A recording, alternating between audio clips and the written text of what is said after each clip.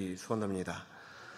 이 시간 오늘 저와 여러분에게 주신 하나님의 말씀은 창세기 45장 1절에서 8절까지 말씀입니다. 창세기 45장 1절에서 8절 말씀, 제가 가진 성경으로 구약성경 70페이지에 있습니다. 창세기 45장 1절에서 8절 말씀, 이 시간 제가 봉독하겠습니다. 요셉이 시종하는 자들 앞에서 그 정을 억제하지 못하여 소리질러 모든 사람을 자기에게서 물러가라 하고 그 형제들에게 자기를 알리니 그때 그와 함께한 다른 사람이 없었더라. 요셉이 큰 소리로 오니 애굽 사람에게 들리며 바로의 궁중에 들리더라. 요셉이 그 형들에게 이르되 나는 요셉이라. 내 아버지께서 아직 살아계시니이까. 형들이 그 앞에서 놀라서 대답하지 못하더라. 요셉이 형들에게 이르되 내게로 가까이 오소서. 그들이 가까이 가니 이르되 나는 당신들의 아우 요셉이니 당신들이 애굽의 판자라. 당신들이 나를 이곳에 팔았다고 해서 근심하지 마소서. 한탄하지 마소서. 하나님이 생명을 구원하시려고 나를 당신들보다 먼저 보내셨나이다. 이 땅에 2년 동안 흉년이 들었으나 아직 5년은 밭가리도 못하고 추수도 못할지라. 하나님이 큰 구원으로 당신들의 생명을 보존하고 당신들의 후손을 세상에 두시려고 나를 당신들보다 먼저 보내셨나니 그런즉 나를 이리로 보낸 이는 당신들이 아니요 하나님이시라. 하나님이 나를 바로에게 아버지로 삼으시고 그 온 집의 주로 삼으시며 애굽 온 땅의 통치자로 삼으셨나이다. 아멘. 네, 오늘도 창세기 말씀 시리즈 오늘로써 이제 마지막 시간인데요. 이 창세기 말씀을 통하여서 하나님께서 저와 여러분의 인생을 얼마나 아름답게 창조하셨는지, 또 어떻게 인도하셨는지를 묵상하고, 또 이렇게 아름답게 창조되고 인도된 인생으로서 우리가 어떻게 하면 이 인생을 하루하루 복되게 살아내야 할지를 깊이 묵상하기를 원합니다. 지난 7번의 시간 동안 우리는 창세기의 첫 번째 장면인 천지창조로부터 시작해서 노아의 홍수, 바벨탑 사건 등을 거쳐서 하나님의 특별한 선택과 인도하심을 받은 인물들인 아브람, 이삭, 야곱, 그리고 요셉에 이르기까지 오늘날의 유대인들의 조상이자 또 성경의 주된 그 주인공 민족인 이스라엘 백성들의 조상들로 여겨지는 이 인물들의 삶을 통해서 우리가 살펴본 바, 아무리 부족하고 또 연약해 보이는 인생이라 할지라도 그들이 뭘 잘못해서 망하거나 그들이 잘해서 잘 풀리는 것이 아니라 바로 하나님께서 그들의 삶을 끝까지 붙잡고 또 인도하시는 그러한 모습이 창세기에 담겨 있는 것을 함께 살펴보았습니다. 그래서 우리가 창세기 말씀을 볼 때 이것이 얼핏 보면 아브람, 이삭, 야곱, 요셉 같은 인물들이 얼마나 위대했는가, 그들의 이야기가 얼마나 화려했는가, 이러한 것을 이야기하는 것처럼 보이지만 그것은 우리가 인간의 눈으로서 이렇게 얼핏 바라본 것이고 사실은 하나님께서 이 인생들을 붙잡아 주시고 또 하나님의 사랑받는 백성들로 이끌어 주셨다라는 것을 이야기하는 말씀, 바로 사람의 이야기가 아니라, 사람들의 이야기가 아니라 바로 하나님의 이야기였다라는 것을 깨닫습니다. 이제 오늘 보실 창세기 마지막 이야기, 바로 요셉의 이야기를 통해서 하나님께서 이스라엘 민족 그 이야기, 하나님께서 시작하셨고 또 이끌어 주신 이스라엘 민족의 이야기를 어떻게 완성시켜 가시는가 함께 살펴보겠습니다. 지난주 말씀에서 요셉이 자신의 꿈 이야기를 너무 천진난만하게 대놓고 하는 바람에 형들이 매우 분노했던 것을 기억하실 겁니다. 분노하고 있는 분노한 이 형들에 의해서 결국 요셉은 노예로 팔리게 되고, 또 노예로 팔린 곳에서 그나마 자리 잡고 잘 풀리는가 했더니 이번에는 또 감옥에 갇히는 장면까지 살펴보았습니다. 그래서 이렇게 겉으로 되어진 모습들만을 보면은 요셉의 이야기는 그저 마치 이제 그 불행의 연속이라고도 할 수 있겠습니다. 하지만 이 이야기를 이 요셉이라는 인물을 통해서 나타내신 하나님의 이야기다. 그러니까 요셉 개인의 이야기만이 아니라 바로 요셉을 통해서 나타내신 하나님의 이야기다라는 관점으로 우리가 바라보면 이것은 그냥 그 인생을 망하게 하는 불행이 연달아 일어난 것이 아니라 그 이야기가 점점 클라이맥스로 향해 가는 그 다음 단계로 넘어가게 하도록 하나님께서 이끄시는 과정 중에 있다라는 것을 볼 수 있습니다. 비록 애굽의 노예로 팔렸습니다. 하지만 애굽의 친위대장 보디발의 집에서 모든 것을 총괄하는 집사로 일하다가 또 거기서 억울한 사건으로 인해서 감옥에 갇혀도 거기서도 계속해서 뭔가 이 집사의 역할을 맡아서 활동을 했습니다. 그래서 제가 지난주에 말씀드리기로는 오히려 감옥에서 더 많은 이들을 만나게 됨으로써 요셉의 그 미래에 대한 새로운 가능성이 열리게 되었다. 그래서 망한 것 같은 사건이 오히려 더 좋은 기회로 돌아오게 되었다라고 설명을 드린 것이 기억나실 겁니다. 당시 요셉이 갇혀있던 감옥이 어떠한 감옥이었는지를 말씀을 통해서 살펴보자면 그 감옥은 왕의 죄수를 가두는 감옥이었습니다. 주로 고위 정치인들이 어떤 혐의가 있을 때 잠시 갇히게 되는 그런 곳이었는데, 요셉이 감옥에 갇힌 직후에 일어난 이야기인 창세기 40장 말씀에 보면요, 1절에 그 후에 애굽 왕의 술 맡은 자와 떡 굽는 자가 그들의 주인 애굽 왕에게 범죄한지라.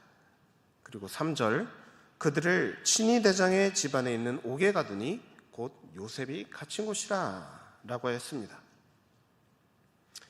여기서 나온 술 맡은 자와 떡 굽는 자는 과연 어떤 사람들인가 하는 것을 이제 좀 그나마 이해하기 쉽게 설명을 드리자면, 먼저 떡 굽는 자는 왕이 먹을 음식의 요리를 준비하는 책임지는 이 조선시대 이제 대령 숙수 같은 그런 사람이고, 또 술 맡은 자는 왕이 먹을 음식이 준비되는 것을 총괄하는, 그래서 이제 왕이 음식을 먹을 때 먼저 음식을 맛보기도 하고, 또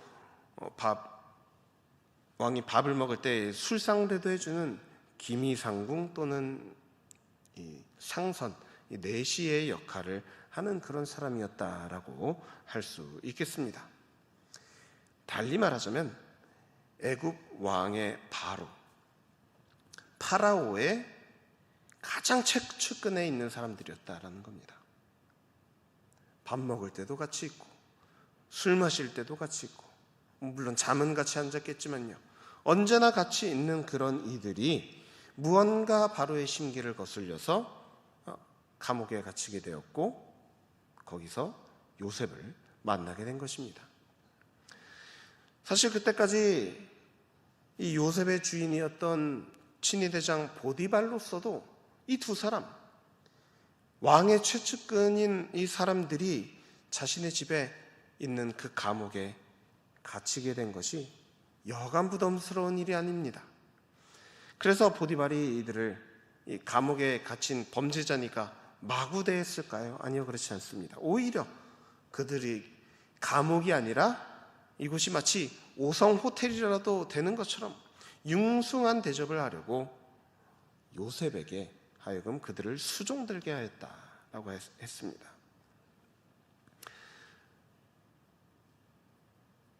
등 따시고 배부르니까 그들이 어느 날 한시에 같이 꿈을 꿉니다. 각기 다른 꿈을 꿨습니다. 그리고 그 꿈으로 인해서 매우 심란해하고 있자 그 모습을 보고 요셉이 그 꿈 내용을 말해달라고 요청합니다. 오늘날에야 우리가 이 꿈이라는 것이 사람의 무의식 속에서 나타나는 어떤 현상이라고 알고 있지만, 당시 사람들은 꿈을 어떤 인식으로 바라보았을까요? 바로 어떤 신령한 현상이다, 신이 계시해준 어떤 신탁 같은 것이다 라고 그렇게 여겼습니다. 그래서 꿈을 꾸고 나서 이것을 자기 스스로 맘대로 해석하는 것이 아니라 그 꿈을 해석하기 위해서는 반드시 제사장에게 가서 그 꿈에 대한 그런 신의 해석을 받았다라고 합니다. 그러니 이들이 지금 갇혀 있는 곳이 감옥 안이기 때문에 그 안에 제사장이 있는 것도 아니고 어떻게 해야 되나 고민하고 있었는데 마침 요셉이 그 꿈을 이야기해달라 요청을 한 것입니다. 꿈 얘기를 들어보니 각기 다른 꿈이지만 또 비슷한 내용의 꿈을 꾸었습니다. 바로 자신들이 다시 이 바로 앞에 나아가서 음식을 내오는 그러한 꿈을 꾼 겁니다. 그런데 비슷한 꿈이지만 요셉의 해석은 각기 달랐습니다. 한 사람은 금방 복직되고 한 사람은 곧 처형을 당하게 될 것이라는 것이었죠. 며칠 후에 요셉의 해석대로 정말로 한 사람은 처형당하게 되고 한 사람은 원래 자리로 돌아가게 됩니다. 그런데 요셉의 말대로 복직하게 된 이 술 맡은 관원장이 요셉과 한 약속이 있었는데, 감옥에서 꺼내주기로 한 약속이 있었는데 그것을 까맣게 잊어버리고 맙니다. 그렇게 2년이라는 시간이 흐릅니다. 금방 감옥을 나갈 수 있게 될 것이다 라는 기대로 가득했을 텐데 2년이 지나도록 계속해서 감옥에 갇혀 있었던 요셉의 마음이 어떻겠습니까? 자, 그런데 그때 이런 일이 일어납니다. 바로 애굽의 왕 바로가 꿈을 꾼 것입니다. 그런데 그 꿈을 그 누구도 해석을 하지 못하는 겁니다. 이번에는 제사장이 없었을까요? 아니요. 애굽의 용하다는 점술가, 박수부당, 총동원했는데도 누구 하나 그럴싸한 이 해석을 내놓지 못하는 겁니다. 이에 그제서야 감옥에서의 일을 기억한 술 맡은 관원장이 바로에게 이 요셉이란 인물에 대해서 알려주고, 그렇게 요셉은 비로소 감옥에서 나오게 되어서 바로의 앞에 서게 됩니다. 이 장면을 그린 창세기 41장 15절과 16절 말씀은 이렇게 말합니다. 바로가 요셉에게 이르되 내가 한 꿈을 꿨으나 그것을 해석하는 자가 없더니 들은즉 너는 꿈을 들으면 능히 푼다 하더라. 요셉이 바로에게 대답하여 이르되 내가 아니라 하나님께서 바로에게 편안한 대답을 하시리이다.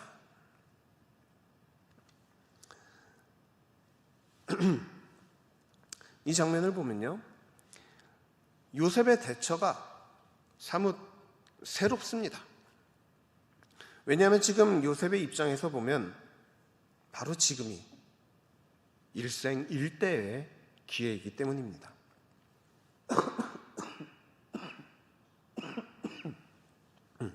죄송합니다.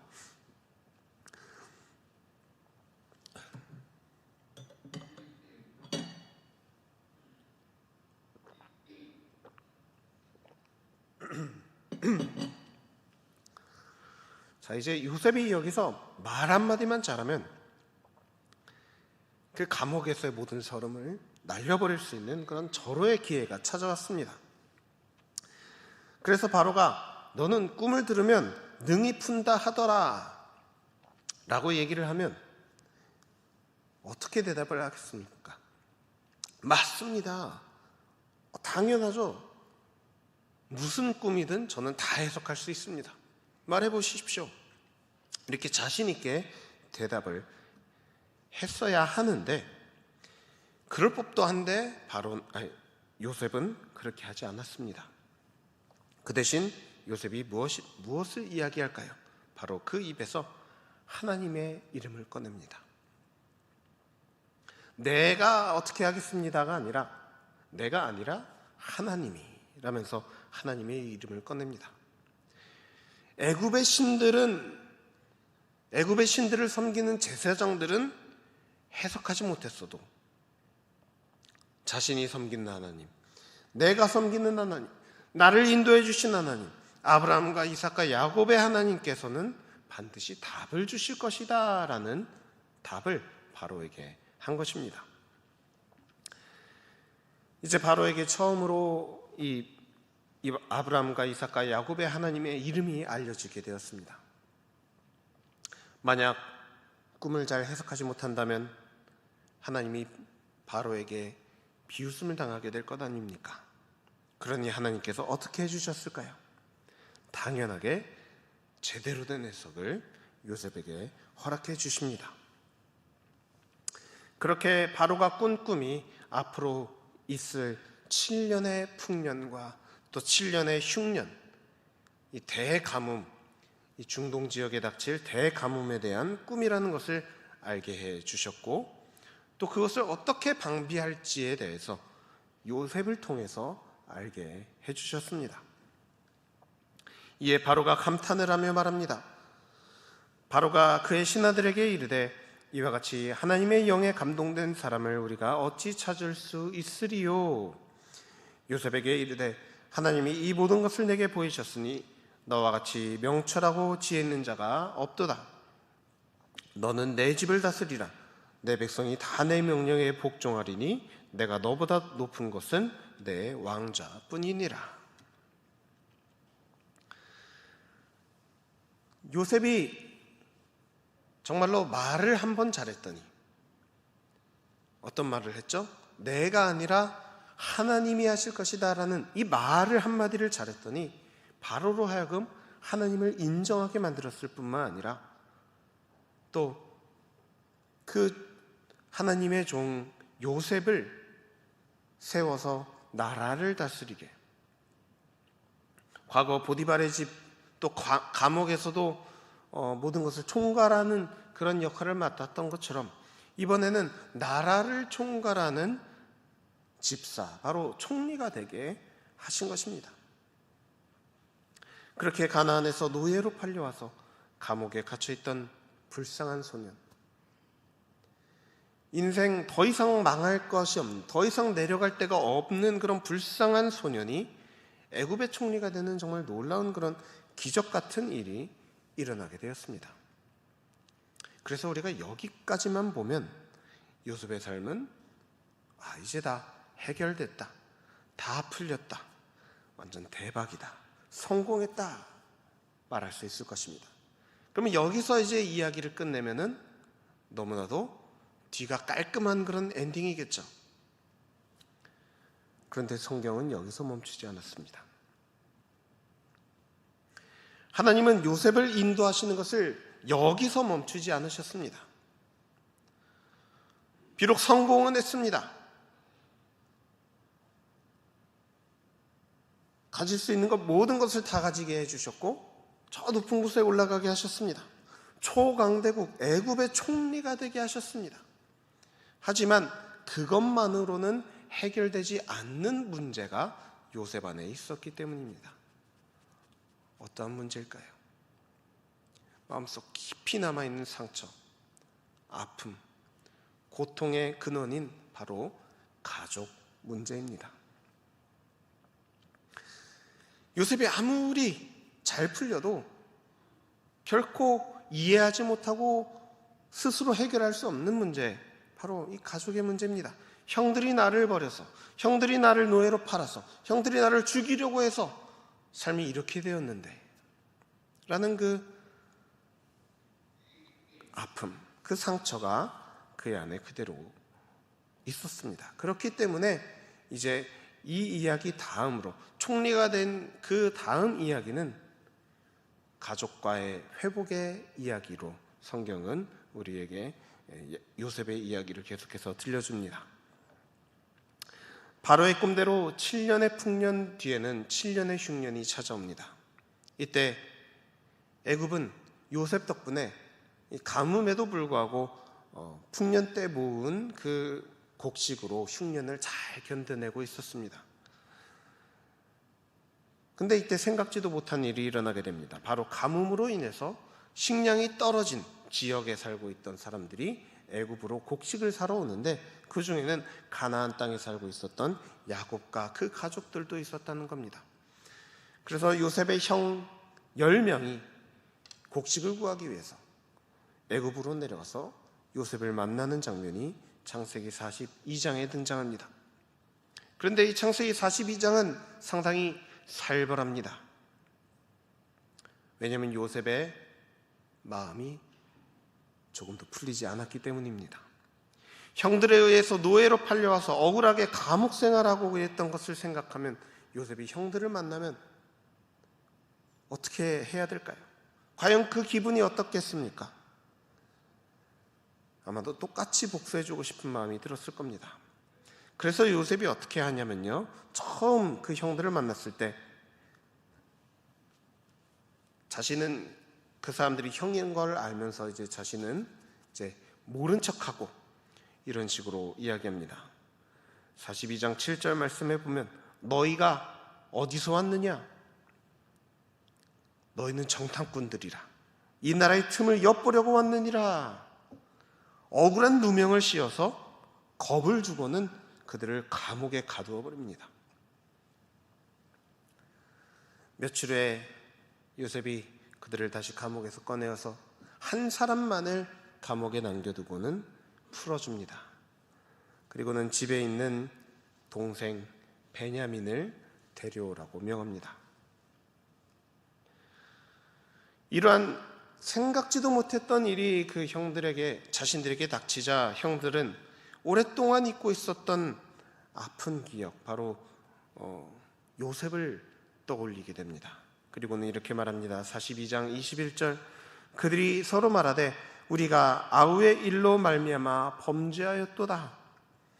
그가 우리에게 애걸할 때 그 마음의 괴로움을 보고도 듣지 아니하였으므로 그 이 괴로움이 우리에게 임하도다. 어쩌면 이때까지 조금 더 뉘우치는 그러한 생각이 없었던 걸지도 모르겠습니다. 그런데 지금 괴로운 일이 생기니까, 아픔이 생기니까 형들이 비로소 자신의 그 뒤를 돌아보기 시작한 겁니다. 자신이 잘못한 것이 깨달아졌습니다. 자신들이 회개해야 될 것이 무엇인지가 떠오르게 된 것입니다. 그래서 비로소 깨닫고 뉘우치게 됩니다. 그렇게 요셉이 허락해준 곡식을 싣고서 가나안으로 다시 돌아온 형제들은 야곱에게 막내 베냐민을 데려가야만 아직 애굽의 감옥에 갇혀있는 둘째 아들 시므온을 빼올 수 있다라고 말합니다. 그런데 야곱은 베냐민을 쉽게 보내주지 않습니다. 이미 요셉을 잃어봤기 때문에 그 동생 베냐민마저 잃을 수 없다며 거부하다가 결국에는 곡식이 다 떨어져서 어쩔 수 없이 그것을 허락해 줍니다.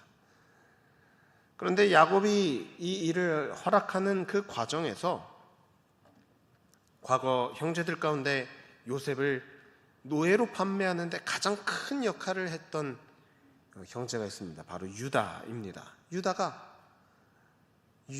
유다가 야곱 앞에서 이젠 자신이 이것을 책임지겠다라며,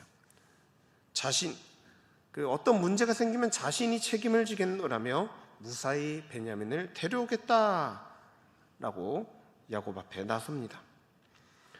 과거 무심하게 동생을 노예로 파는데 일조했던 유다가 이번에는 다른 동생을 위해서 자신을 희생하면서까지 책임을 지겠다라고 나선 것입니다. 한층 성숙한 모습이죠. 성경은 이처럼 과거 이 자신들의 죄를 깨닫게 되는 이 형제들의 모습에서 또 책임을 지려고 변화된 그런 유다의 모습까지 점점 변화되어 가는 그런 모습들을 보여줍니다. 결국 막내 베냐민을 데리고 애굽으로 내려간 형제들은 다시 요셉 앞에 서게 됩니다. 요셉이 막내 베냐민을 보자 눈물 날 것 같은 것을 겨우 참고서 그 형제들, 베냐민을 포함한 형제 11명을 융숭이 대접한 후에 그들의 곡식 주머니에 곡식을 사기 위해서 가져왔었던 돈을 넣고 또 자신의 물건을 넣어서 집으로 돌려보냅니다. 그리고는 그것을 빌미 삼아서 그들을 다시 붙잡아 옵니다. 어리둥절하고 있는 형제들에게 요셉이 은혜를 원수로 갚느냐 하면서 왜 나의 물건을 훔쳐갔느냐 하면서 베냐민을 감옥에 가두려고 하자 앞서 아버지 야곱 앞에서 자신이 책임을 지겠다라고 말했던 유다가 정말로 책임을 지기 위해 다시 한번 요셉과 담판을 짓게 됩니다. 요셉과 대화하는 과정에서 유다는 자신이 마치 아버지에게 했던 것처럼 요셉에게 차라리 자신을 붙잡아라, 내가 책임을 지겠으니 나를 붙잡아서 나를 감옥에 가두고 베냐민은 풀어달라라는 요청을 합니다. 과거 요셉을 노예로 팔자고 제안했던 사람이 이제는 다른 동생인 베냐민을 위해서 자신이 기꺼이 희생하겠노라고 하는 그 모습을 보며 요셉의 마음속에 엄청난 감동이 찾아오게 됩니다.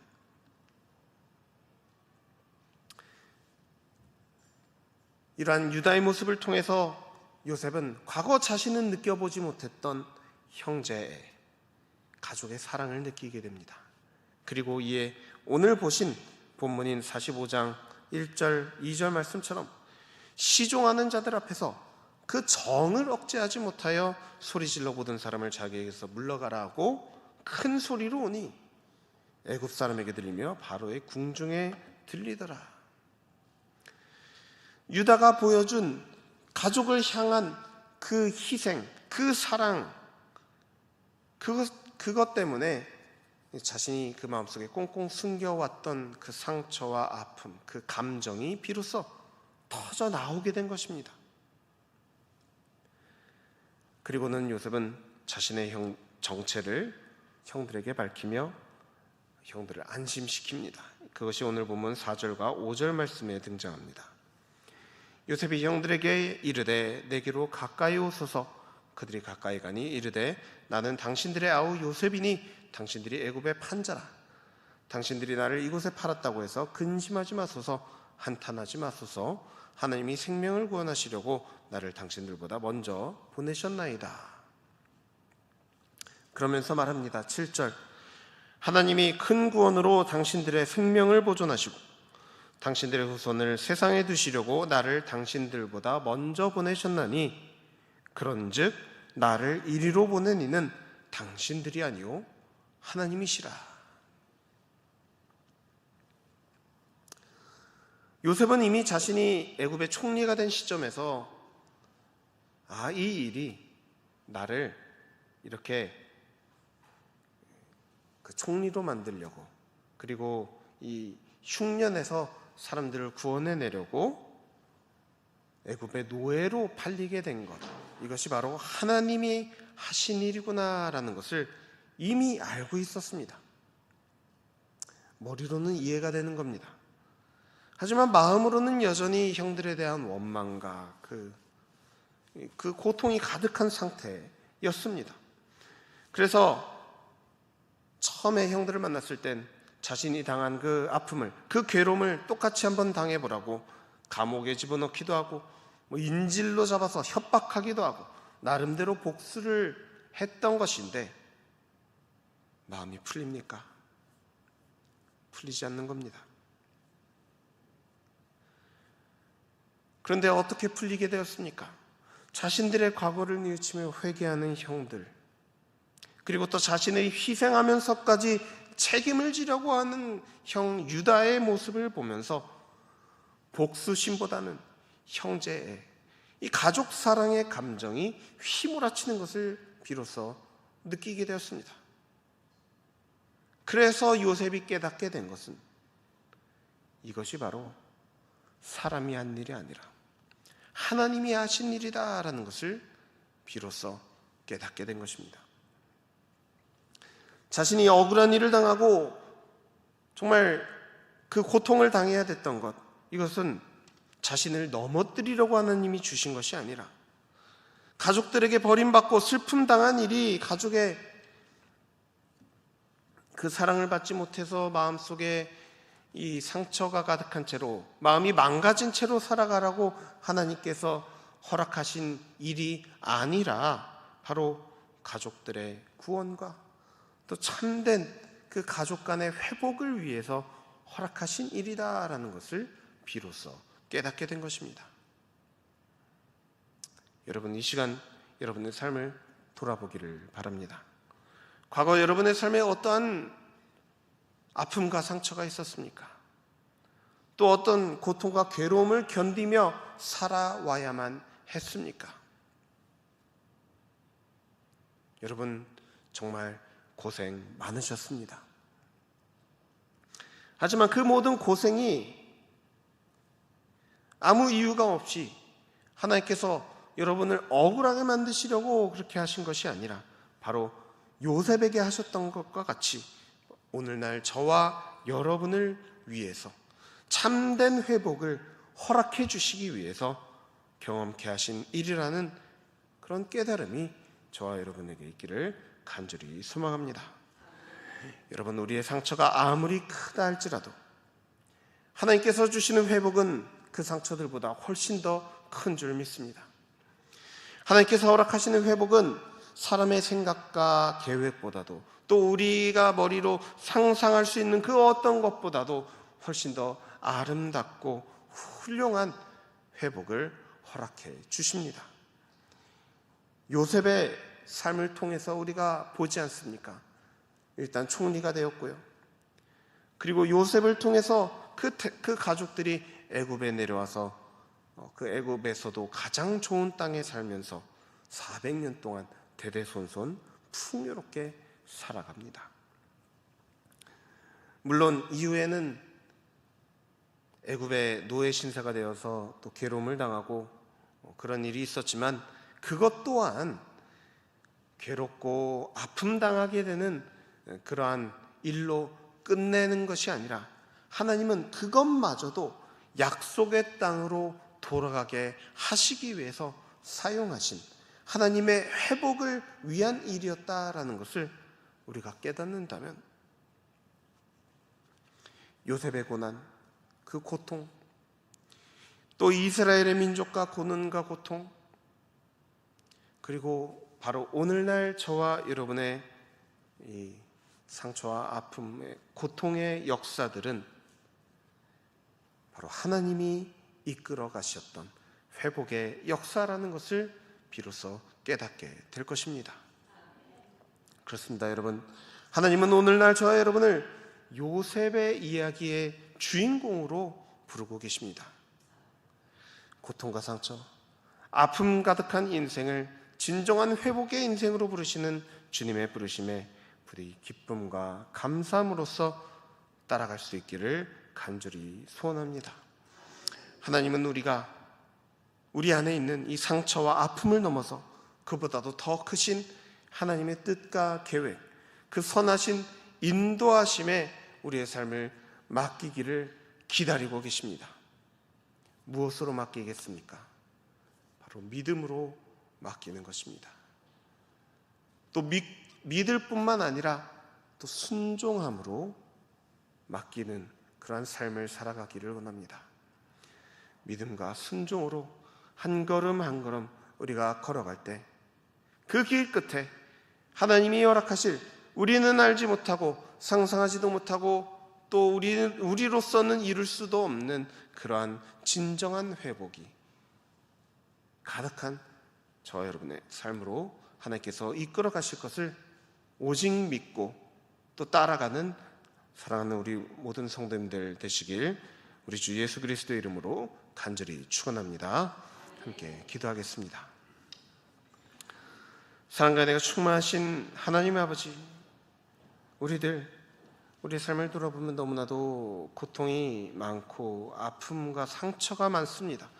도저히 해결되지 않는 그러한 마음속 그런 결핍과 같은 것들이 있습니다.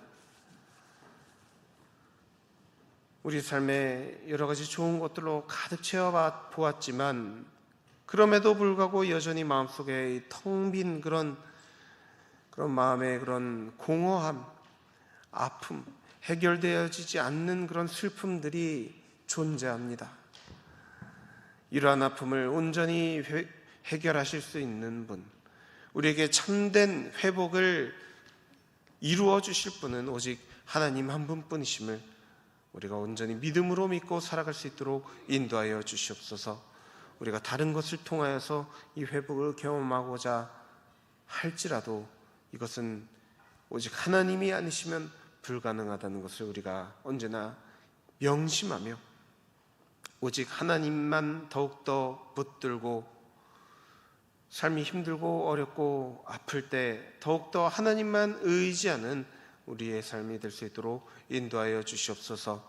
믿는 자들, 또 믿고 부르짖는 자들, 믿고 의지하며 하나님 말씀대로 순종하는 자들에게 반드시 하나님께서 그 길 끝에 놀라운 회복을 허락하실 것을 끝까지 믿음으로 믿고 이 삶을 걸어가는 그런 믿음의 백성들, 하나님의 사랑하는 자녀들로 세워질 수 있도록 우리 모든 성도님들 그 삶 가운데 언제나 함께하여 주시고 축복하여 주시옵소서. 감사드리며 모든 것을 사랑이 많으신 예수님의 이름으로 간절히 기도드립니다. 아멘.